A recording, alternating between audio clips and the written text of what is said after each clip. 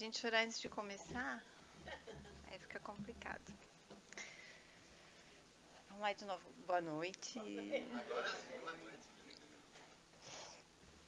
Gostaria de agradecer. Eu estava lendo uma mensagenzinha que eu recebi de uma amiga hoje, falando que quando a gente ora, a gente se banha de claridade, né? E com a leitura do Marcelo, querido, muito obrigada. E com a oração linda da minha amada Eliane, não tem como a gente começar melhor essa noite, né? De uma forma impecável. É com o coração cheio de alegria que a gente está aqui nessa noite, que eu vejo tantos rostos conhecidos e que eu venho compartilhar com vocês esse estudo que já é antigo. Mas toda vez que a gente estuda... O microfone aqui. A pessoa... Não? Tá bem? Então, maravilha. Mas sabe, as palestras antigas, toda vez que a gente estuda, a gente aprende um pouquinho mais, né? E eu rogo muito a Deus e a Joana de Ângeles que eu seja, nesse momento, inspirada para ser o mais fiel possível na história de Joana d'Arc. E principalmente mesclando essas histórias, a história do passado com a história da mediunidade dela. Quando eu fiz o estudo, há muitos anos atrás, eu tinha um livro da Joana d'Arc que eu emprestei e um tá com a minha mãe e eu não tinha. Aí hoje eu liguei para o seu Geraldo e falei, seu Geraldo, você não teria o livro para me emprestar para eu poder mostrar para as pessoas, né? Talvez muitos tenham em casa e não saibam. E ele falou, ai, Claudinha, nossa, meus livros estão todos em caixa. Eu falei, não, mas não tem problema, a gente fala, né? E talvez tenha algum aqui na biblioteca. 1 minuto depois ele me passou uma mensagem, milagre, a Ibis achou em menos de 30 segundos, então era para ser, né? Esse aqui é o livrinho que eu me baseei. Claro que a bibliografia de Joana d'Arc é extremamente extensa. Existem o livro, por exemplo, Joana d'Arc por ela mesma, que é da médium Hermance Dufour. Existem muita literatura, muita coisa da história, né, que conta tudo exatamente como aconteceu.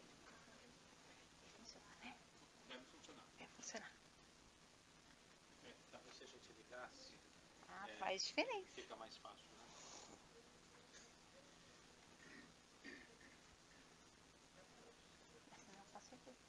Já deu.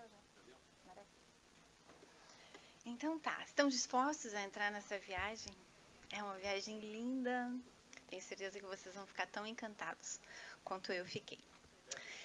Então nós vamos apertar os cintos. Nós vamos começar então falando de Joana d'Arc, de sua infância.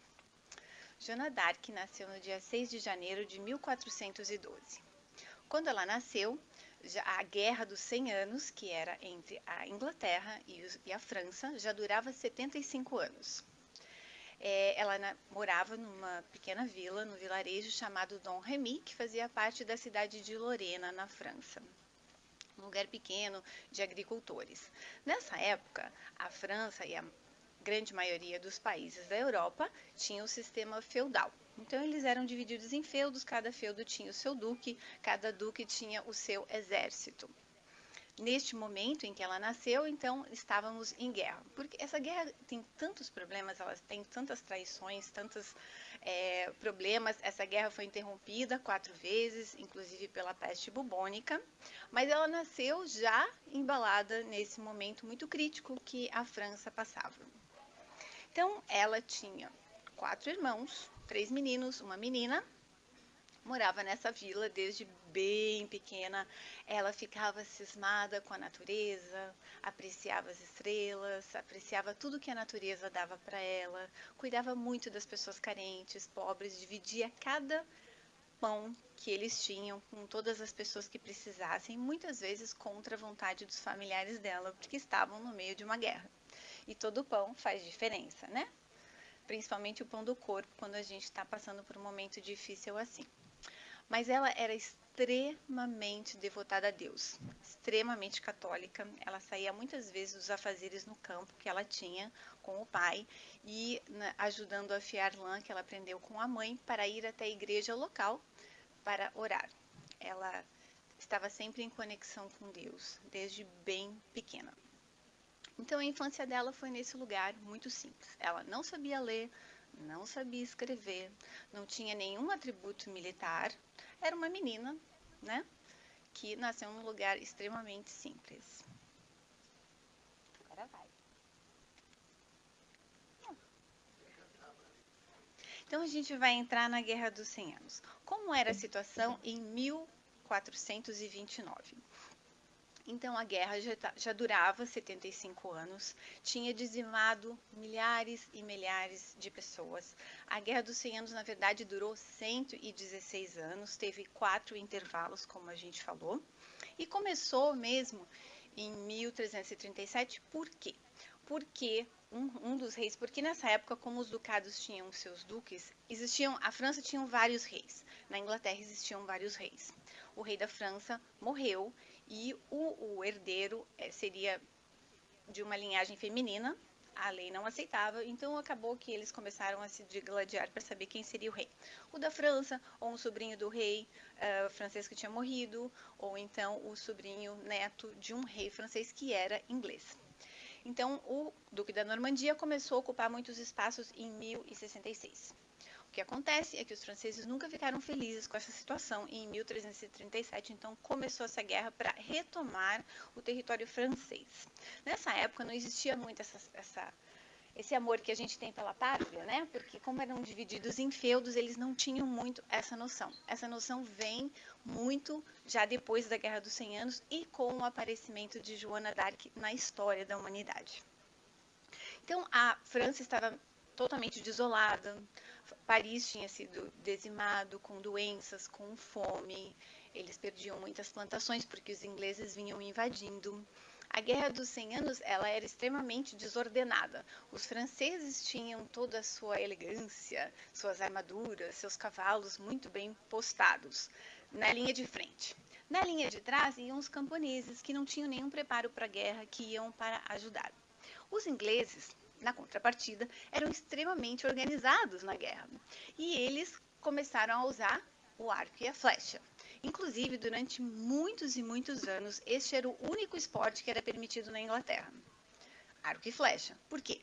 Porque daí eles iam treinando e quando chegassem nas batalhas, eles tinham muito mais chance de sair bem.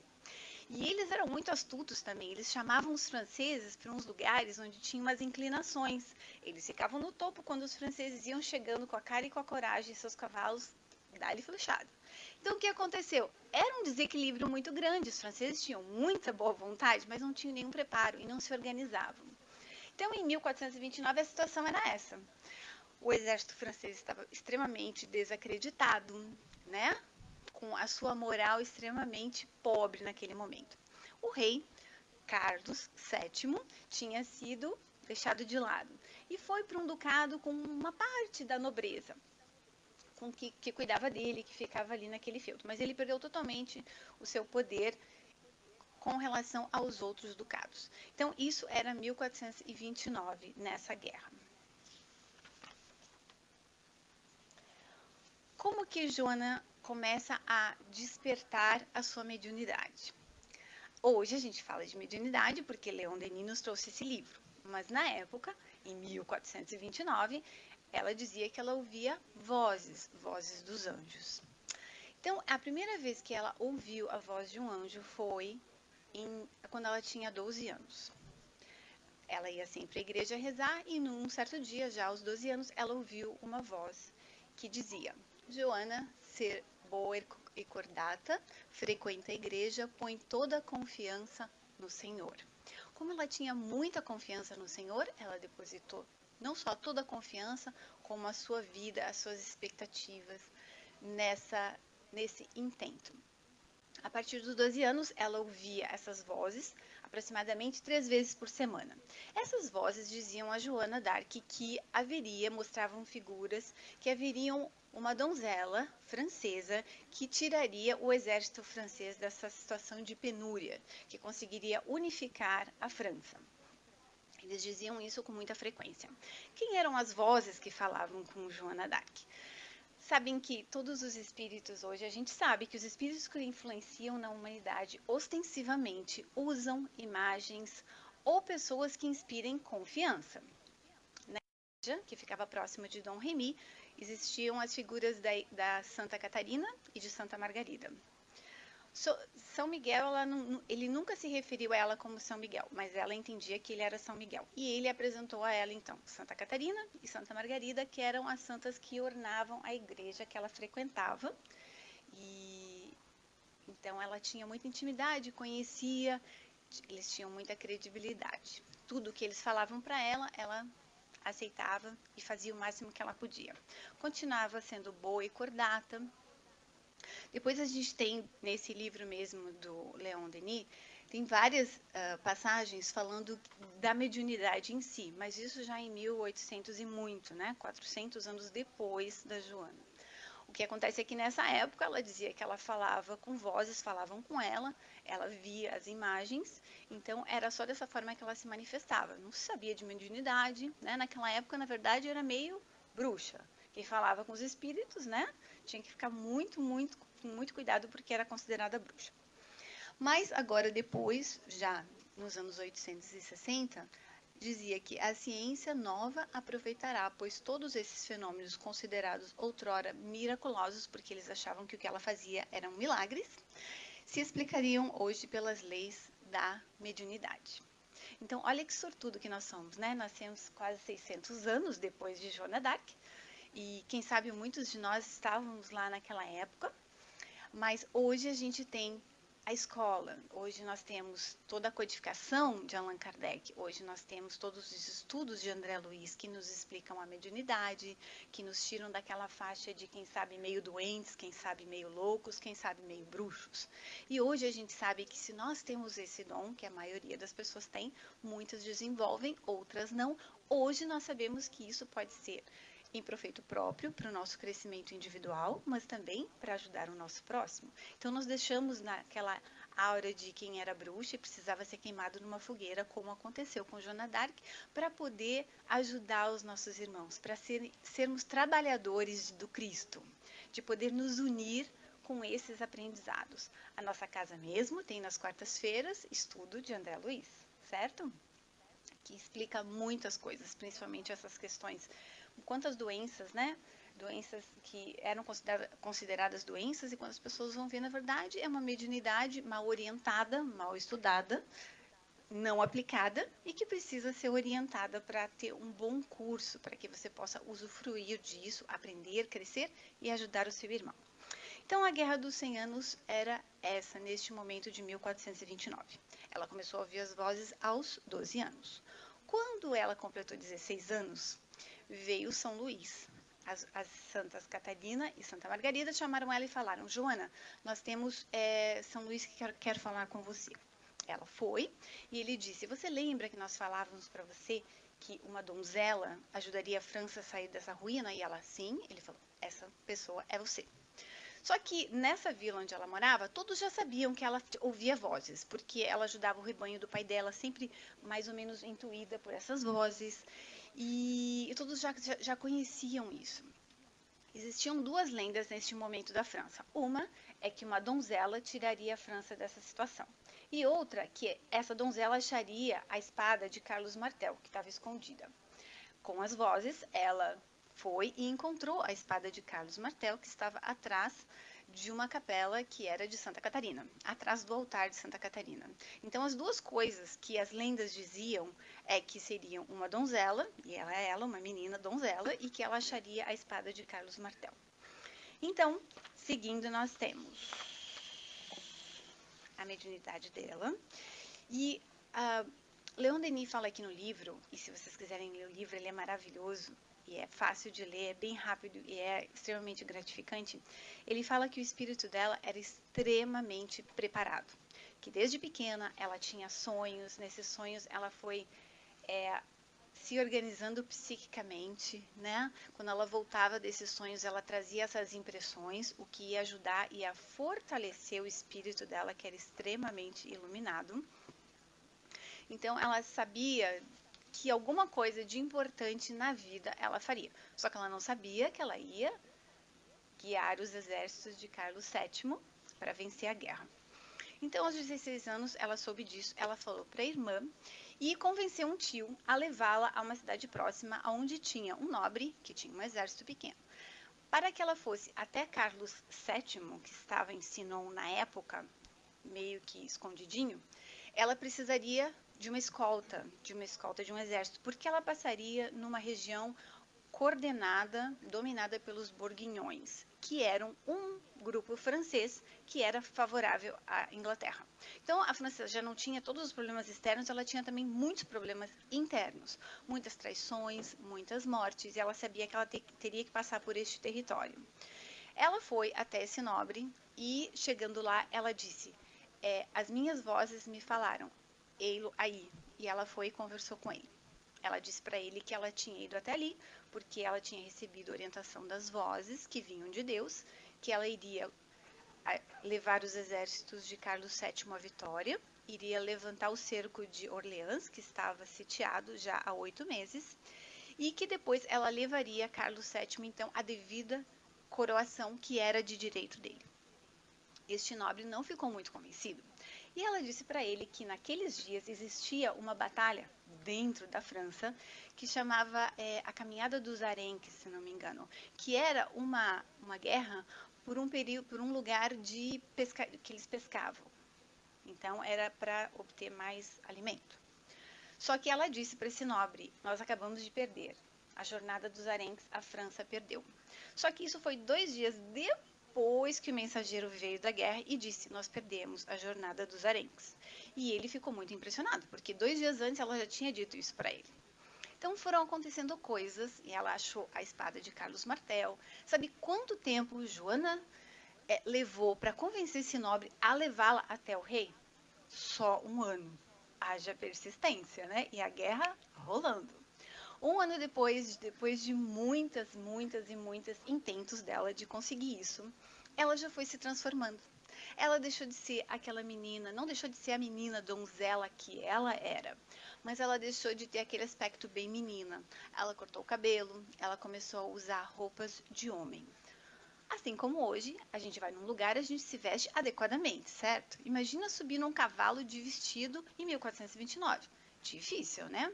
Para isso, ela foi se despojando de algumas coisas de donzela, o que era assim meio estranho. Mas os franceses, como começaram a acreditar tanto no que ela dizia, que eles foram achando que aquilo realmente era fato e eles começaram a ajudá-la. A caminhada dessa cidade perto de Dom Remy, onde ela morava, até Sinon, onde estava o rei isolado, levou 10 dias e 10 noites. Esse nobre deu a ela um grupo de soldados que a acompanharam. Chegando lá, sabe que o boca a boca vai rápido, né? Mesmo na França em 1429. Então todos já tinham ouvido falar que uma donzela tinha achado a espada de Carlos Martel e que marchava em direção a Sinon para encontrar o rei. O rei, porque era bem indolente e tinha muitas pessoas que estavam ao lado dele, que viviam, sabe, como que a gente diz, adulando, dando, né, ajudas daqui e dali, contornando a vida. Essas pessoas todas ficaram muito receosas, inclusive um bispo, porque eles falaram: quem sabe ela é uma bruxa, quem sabe ela veio para matar o rei, não sabemos.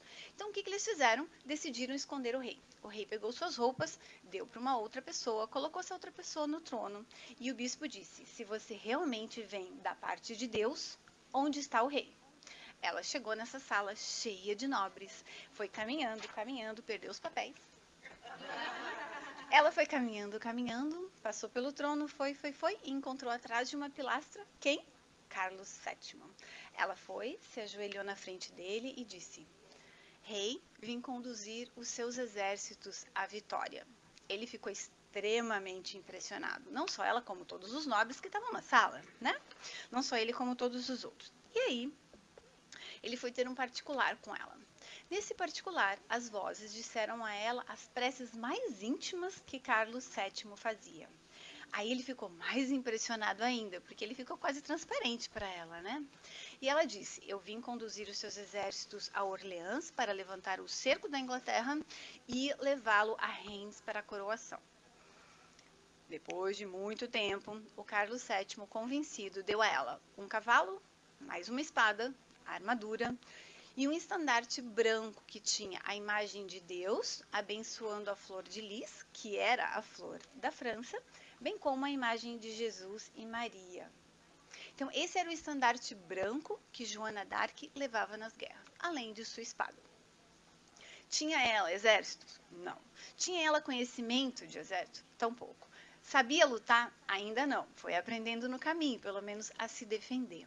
Então, olha o que a espiritualidade teve que fazer para colocar uma menina de 16 anos na frente de um exército totalmente desacreditado a vencer uma guerra que já durava 75 anos. Você imagina a impostura moral, né, de um espírito assim, a envergadura que ela tinha que ter para conseguir convencer a todos. E lá se foi Joana d'Arc. Partiu de Sinon e foi com um exército de 4.000 homens. Nesse exército tinham muitos generais, mas também tinha uma galera que não queria saber nada de guerra, que vivia, por qualquer razão, debandava, sabe? Porque os exércitos não recebiam, eles eram mesmo para ajudar o país, não tinha muita organização, ou quase nenhuma. Ela chegou em Orleans no dia 29 de abril de 1429. E toda vez que ela chegava numa guerra, ela mandava um emissário e dizia: por favor, rendam-se, entreguem-se. Nós queremos a libertação da França, nós não queremos o mal de vocês. Ela sempre mandava, ficava com seu estandarte branco, mas os ingleses falaram: imagina, a gente ganhou até agora, você acha? Passaram-se apenas, eu acho que 8 dias. Em 9 de maio de 1429, ela conseguiu, então, tirar o cerco de Orleans, o que já foi, para todos, um susto. Todos que estavam dentro, sitiados em Orleans, saíram e a abraçavam, e foi realmente o primeiro passo em direção à sensação de patriotismo que a França precisava.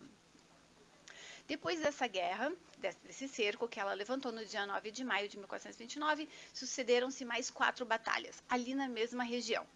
E aí ela entendeu que estava então na hora de Carlos VII ser coroado rei, sagrado rei. Para isso ela teria que ir a Reims, que lá existia uma catedral e lá então Deus disse que ele seria coroado. As vozes disseram a ela. Só que para isso eles teriam que passar por um lugar dos inimigos, dos borgonhões, mas ela foi à frente do exército com seu estandarte branco e ninguém ousou tirá-la, e muito menos o rei. Então ela passou por esses territórios sem nenhum problema. Chegaram a Reims. Ele foi coroado no dia 17 de julho de 1429, dia do aniversário do meu marido, 17 de julho, por isso que eu lembrei. É fácil, é tanta data, tem que pegar uns ganchinhos, tá velho? Não, o ano é outro, mas 17 de julho. Então Carlos VII finalmente era coroado rei. Ela, claro, teve um lugar de destaque. O pai dela, Jacques d'Arc, foi convidado. Todas as despesas dele foram pagas. Deram a ele um cavalo, que na época era um super presente, e perdoaram Dom Remy de todos os impostos e tributos, né? Porque ela era de Dom Remy, que depois foi batizada como Dom Remy da Donzela, porque era ela, donzela, né? Colocaram um codinome em Dom Remy, que era na região de Lorena. Bom, então, o que ela tinha prometido ao rei, que ela levantaria o cerco de Orleans e que ela o ajudaria a ser coroado devidamente, já tinha sido cumprido. Mas Paris ainda estava sitiado ele estava nas mãos dos borguinhões e dos ingleses. Estava em uma situação muito difícil. Então ela tentou em agosto e setembro daquele ano ajudar, mas o que aconteceu? Os nobres começaram a dizer para o rei: você não é o rei, né? Ela te colocou rei, porque ela tem a força dos exércitos. No momento que ela quiser, ela tira a sua coroa. E o rei, com medo, porque os reis nessa época não eram muito preparados, né? Ele, com medo, começou a dizer não para todas as iniciativas que ela tinha. E ela dizia: mas as minhas vozes me dizem isso. Inclusive nas batalhas, os generais que a acompanhavam, eles diziam: não é hora de ataque. As vozes diziam a ela: é. E ela dizia: então vamos. Ela fazia o exército rezar. Imagina pegar um monte de homem, 4.000 homens, e botar para rezar. Eles falavam: mas como assim? A gente vai lutar. Ela falou assim: mas nós vamos lutar pela França, nós não vamos lutar contra o inimigo. Se ele quiser se render, inclusive era um pedido dela, que assim que eles se rendessem, quem tinha sido machucado tinha que ser tratado. Os mortos tinham que ser devidamente enterrados. Porque ela dizia que a guerra poderia, inclusive isso está no livro dos Espíritos, a guerra em alguns momentos ela pode ser indispensável, mas ela ainda pode ter um trato de humanidade. Por isso, em todas as batalhas, ela mandava alguém e pedia: por favor, dava algum prazo, mas né, os ingleses ainda se achavam invencíveis e continuavam ali só na expectativa. Foi passando o tempo, os franceses começaram a... Bom, estava confortável, né? O rei agora já era coroado, ele já tinha conquistado alguns lugares, algumas regiões, alguns ducados, então para ele estava confortável. Já falamos disso, encontro com Delfim, a guerra em Orleans. Essa é uma imagem super bonita que tem em quase todos os livros, né? Ela, inclusive, nas premonições que ela tinha, ela soube 16 dias antes desse enfrentamento em Orleans que ela seria atingida por uma flecha. Mas mesmo assim ela foi. E eles dizem no livro aqui de Leon Denis que a recuperação dela dos machucados era imediata, ela se recuperava muito rápido. Ela teve uma flechada bem aqui no braço, né? Mas rapidamente ela foi atendida e as luzes e os fluidos benéficos a curavam muito rapidamente. Foi passando o tempo, em 1930 ela tentou então ajudar novamente Paris. Ela foi atingida na perna e o exército teve que retroceder mais uma vez. Depois disso, a coroação a gente já falou. Aqui em 1431, a estrela de Joana d'Arc começa a empalidecer com relação à guerra, não na parte moral dela. Por quê? Exatamente neste momento, que foi em maio de 1430, ela ouviu das vozes que ela seria capturada antes de São João, antes das festividades de São João. Ela estava num fosso se preparando para esse embate e ela ouviu as vozes dizerem então que ela seria capturada. Ela foi capturada porque, na época, os franceses estavam muito mal financeiramente. Então o rei Carlos VII, muito bonzinho, ele resolveu vender Joana d'Arc.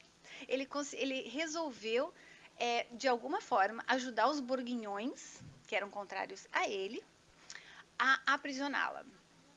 Ele disse para o exército deixar que ela fosse aprisionada. E ela foi, então, aprisionada pelos borguinhões, que eram franceses, mas contrários a Carlos VII. Ela passou 6 meses de prisão em prisão. O Duque de Luxemburgo foi que a prendeu.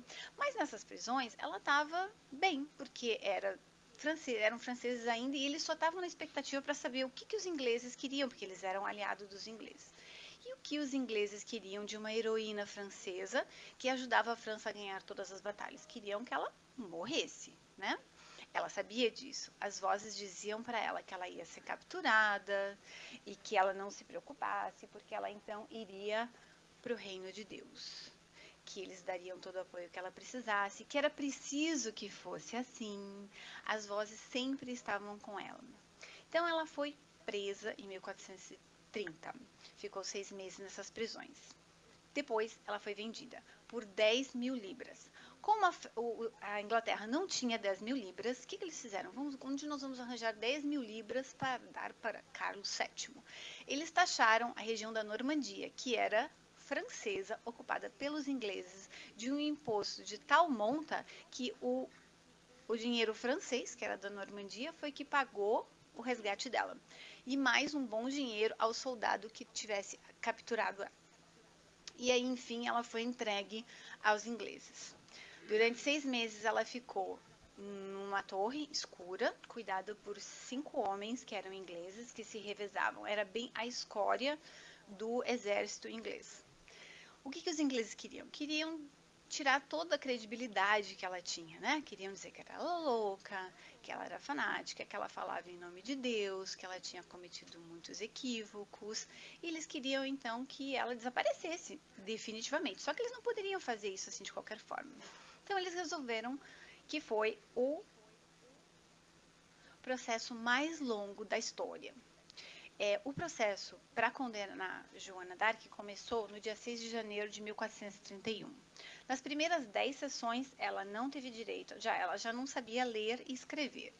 Ela assinava as audiências ou as estadas dela no processo, quando ela estava com os clérigos, com uma cruz, porque ela não sabia ler nem escrever. Então, tudo que eles colocaram lá, ela assumia ser verdadeiro. Ela foi por todos esses meses ouvida por 71 doutores da lei, do clero. vale lembrar que, às vezes, quando a gente ouve isso na história, a gente lembra que a igreja medieval cometeu muitos equívocos e provavelmente muitos de nós estávamos lá. Se não lá julgando ela, na frente da fogueira, porque era o que acontecia, não é verdade? Se a gente tivesse sido queimado, provavelmente nós não estaríamos aqui, já estaríamos em outras paragens, né? Como Joana d'Arc. Mas eles eram extremamente impiedosos. E esse processo demorou 6 meses, porque cada um deles recebia dos cofres ingleses 40 libras para cada dia de processo. No início, ela estava sendo acusada por 71 infrações, contra a lei inglesa. Depois eles resumiram para 12, sendo elas injúria, calúnia, todas as coisas que você pode imaginar que ela tinha feito contra Deus, perjúrio, que ela era bruxa, que ela usava dos poderes contra os franceses e etc, etc, etc. Os bispos que eram mais cruéis com ela, eles ganhavam uns presentinhos ainda dos ingleses, que era para fortalecer aquela situação bem crítica que ela estava passando. Tem algumas partes do processo que foram alteradas, e depois que o processo acabou, 25 anos depois, eles resolveram então fazer um processo de reabilitação, e muitas daquelas pessoas foram analisar de novo o processo e viram que as páginas haviam sido trocadas. Claro, para que eles tivessem o intento dele. E ela dizia para o bispo, porque tinha um bispo que era o responsável, ela dizia: morro por vossa culpa. Ele, com muito medo, porque ele sabia das leis de Deus, ela dizia: rogo a Deus por tua alma. Ele ficou com medo, ele resolveu envenená-la. Um pouco antes deles, então, terminarem o processo, ele resolveu envenená-la. Os ingleses não queriam que ela morresse na prisão, eles queriam que ela morresse na fogueira, como uma traidora. Para dar o exemplo, né, para ninguém mais se achar no direito de fazer a mesma coisa. E aí, quando os ingleses descobriram que o bispo tinha envenenado ela com um peixe, eles então trataram de cuidar dela o mais rápido possível para que ela se restabelecesse. Eles não queriam que ela morresse assim, na escuridão. Queria que fosse uma coisa bem que marcasse a civilização. E aqui é bem iluminado, com bastante calor. E ela passou por fome, ela passou por até violência. Quando ela encontrou o Carlos VII, que eles queriam saber se ela realmente era donzela, ela passou 3 vezes pelo teste para saber se ela ainda era donzela, com aquelas matronas francesas. Depois, no cárcere, novamente, eles queriam saber se ela era virgem, se ela realmente... porque um dos motivos pelos quais ela foi condenada é que ela vestia roupa de homem. E no Antigo Testamento, tinha que as mulheres não poderiam vestir roupas de homem, nem os homens a roupa de mulher. Esse foi um dos motivos. Um dos outros bispos alegou como razão para condená-la à fogueira o fato de que ela não era uma pessoa abastada financeiramente. Então, como que Deus poderia falar com uma pessoa tão simples quanto ela, que nem saber ler e escrever ela sabia? Esquecendo eles que Jesus era filho de um carpinteiro, né? Que a maioria dos apóstolos era de origem muito simples. Então, quando a humanidade quer, quando um grupo quer, eles acham uma forma de. E os ingleses acharam uma forma de. E essa parte do clero não representava toda a igreja, absolutamente. Tanto é que Joana se confessou no dia em que ela foi queimada na fogueira. Mas eles eram uma grande parte, estava na época das cruzadas, das inquisições, e esse era o procedimento. Todos aqueles que eram considerados bruxos ou bruxas eram queimadas na praça. Quando ela ficou esses 6 meses na prisão, ela ficou em Rouen, que é numa região da França. E todo o processo foi lá, ela foi queimada num lugar que eles chamam Mercado Velho de Rouen. Hoje existe uma igreja que foi construída há pouco tempo com o nome dela. Lá é uma igreja bem moderna, assim, foge bem do estilo gótico francês. É uma igreja muito diferente, com bastante madeira, e se espalha bem no mercado onde houve a fogueira. Então, o processo foi o mais longo da humanidade. Tinha ela direito a advogado? Não. Tinha ela direito a alguém que a ajudasse? Ela ainda dizia, as vozes diziam para ela: por que vocês registram tudo que é contra mim e nada que é a meu favor? Né? Porque eu não tenho direito a me defender? Mas foi o que aconteceu na época, e as vozes só diziam para ela que ela tivesse fé, que ela continuasse acreditando, e ela nunca deixou de acreditar nas vozes, nunca deixou de acreditar nos conselhos que ela dava, inclusive durante o processo, algumas coisas que os doutos perguntavam a ela, ela dizia, isso não me é permitido revelar.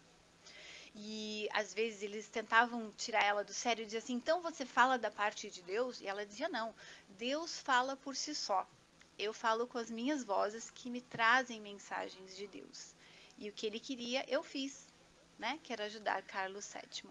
E trazer essa noção de nacionalidade de volta, para reunir todos esses ducados franceses.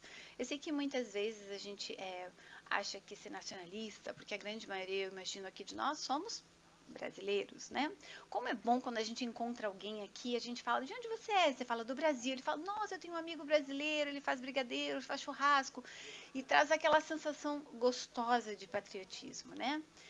Mas também é tão ruim quando a gente ouve alguém dizer, nossa, o Brasil tá ruim, né? E você fala, né? Então, assim, o que será que é ser um bom patriota? Talvez ser um bom patriota hoje seja nós fazermos o melhor que nos cabe a cada dia. Talvez não ler tantas mensagens no WhatsApp, mas talvez recolher o lixo quando a gente vai no Brasil, como a gente faz aqui. Talvez fazer o bem a outro para que outras pessoas tenham uma boa impressão de como nós somos humanos e como nós podemos nos ajudar, apesar de estarmos na América do Sul. Porque muita gente imagina que a gente veio para cá de cipó. No meu trabalho, muitas vezes as pessoas falam, mas como você veio parar aqui? Eu falo, de avião, tem avião no Brasil. Né? Então, talvez esse nacionalismo que Joana d'Arc queria em 1431, talvez seja esse, de nós termos orgulho de sermos o que somos, de fazer o melhor que podemos a cada dia, de fazer o melhor por nós, de fazer o melhor pelo nosso próximo, de abraçar o nosso próximo e dizer como ele é importante para nós. Hoje a gente não está à mercê de uma fogueira, porque nós, se tivermos mediunidade e quisermos desenvolvê-la, temos toda a codificação de Allan Kardec para estudar, para aprender, para ajudar o próximo. Então a gente não precisa passar por esses momentos de penúria como passou Joana d'Arc. Então o processo foi esse, e ela então foi condenada. O suplício, ela dizia, sim, minhas vozes vinham do alto, minhas vozes não me enganaram, minhas revelações eram de Deus. Tudo que fiz, filo por ordem de Deus.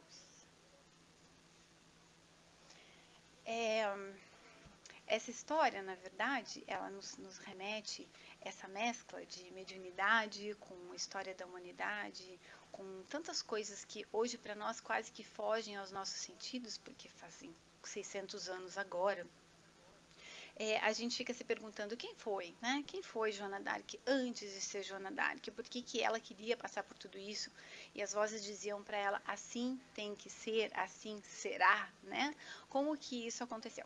Então, ali nós temos no final da palestra que no dia 30 de abril de 1431, então ela foi levada à fogueira no Mercado Velho, na cidade de Rouen. Dizem os historiadores que, naquela época, quando alguém era levado à fogueira, existia muita algazarra, muita gritaria, né?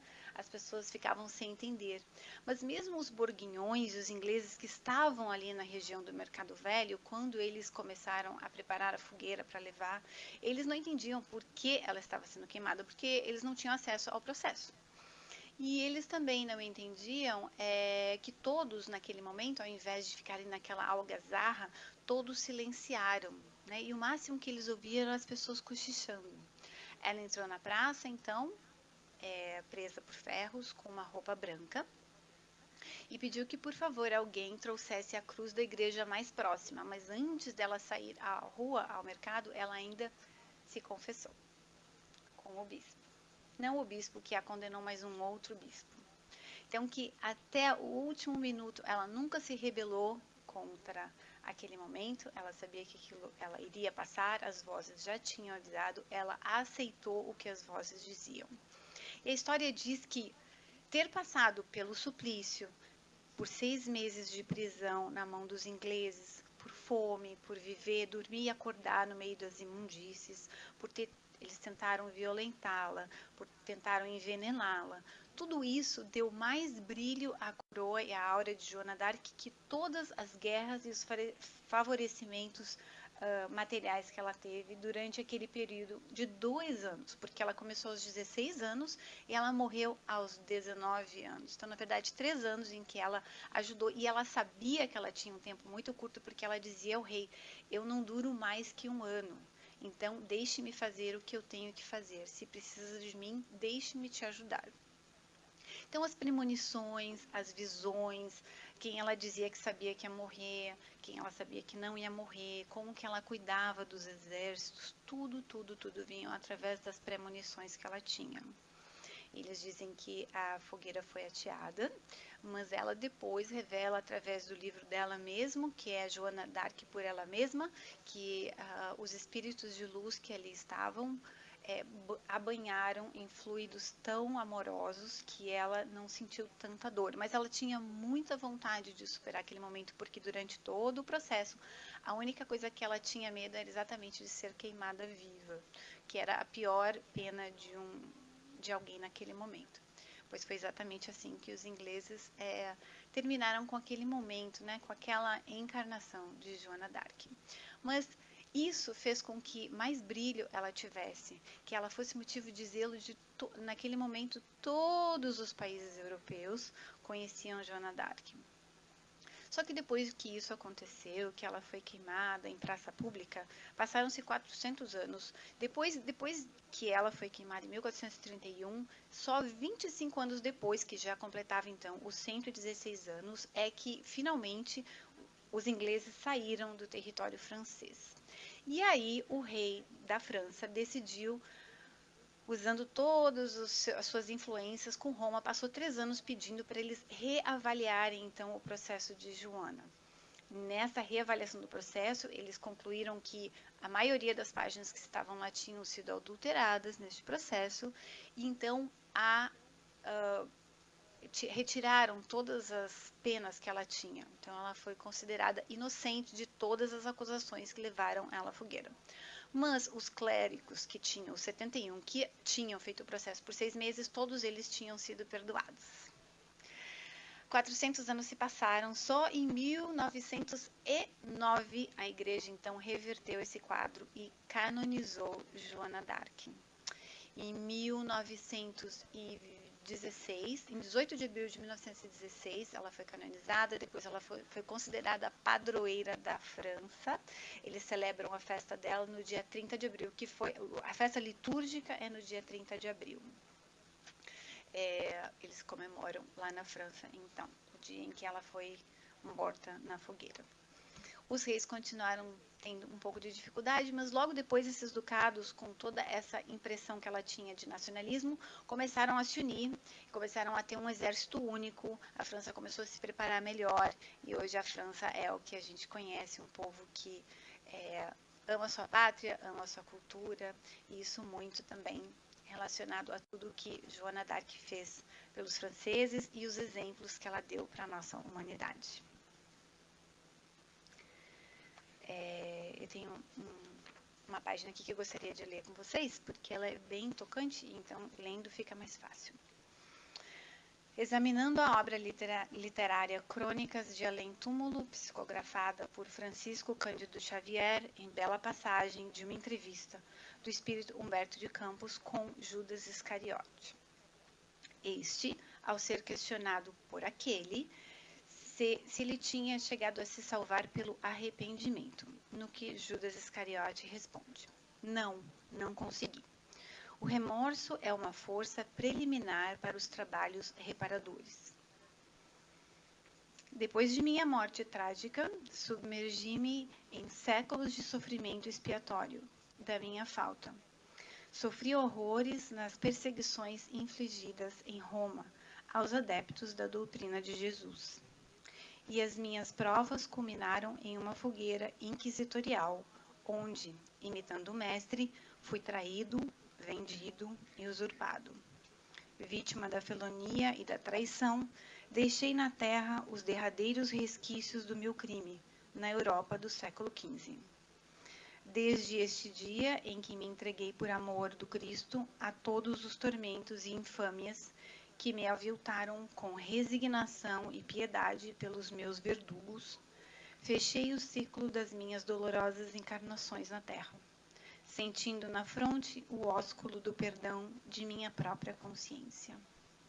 Conforme se vê, Judas Iscariote ou Joana d'Arc é, de há muito, no plano espiritual, um espírito liberto, dotado de imensa humildade, comprovando que as vidas sucessivas no processo evolutivo dão a oportunidade de retornar ao caminho, conhecer a verdade religiosa para a vida em plenitude que o Mestre Jesus traçou.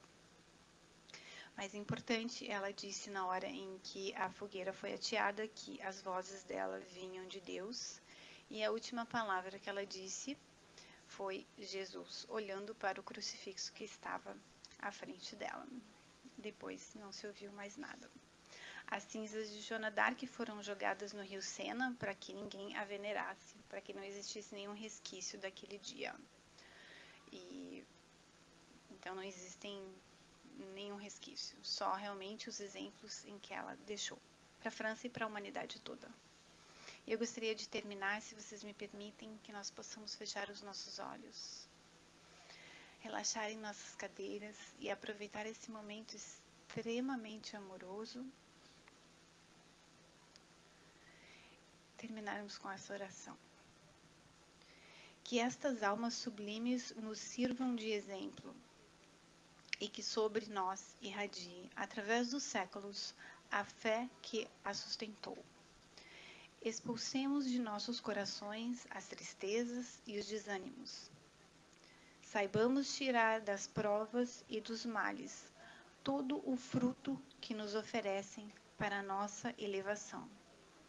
Saibamos tornar-nos dignos de renascer em mundos mais belos, lá onde não vicejam o ódio, nem a injustiça, nem a secura dos corações, onde as existências correm numa harmonia cada vez mais penetrando e numa luz cada vez mais viva. Graças a Deus pela noite de hoje. Muito obrigada.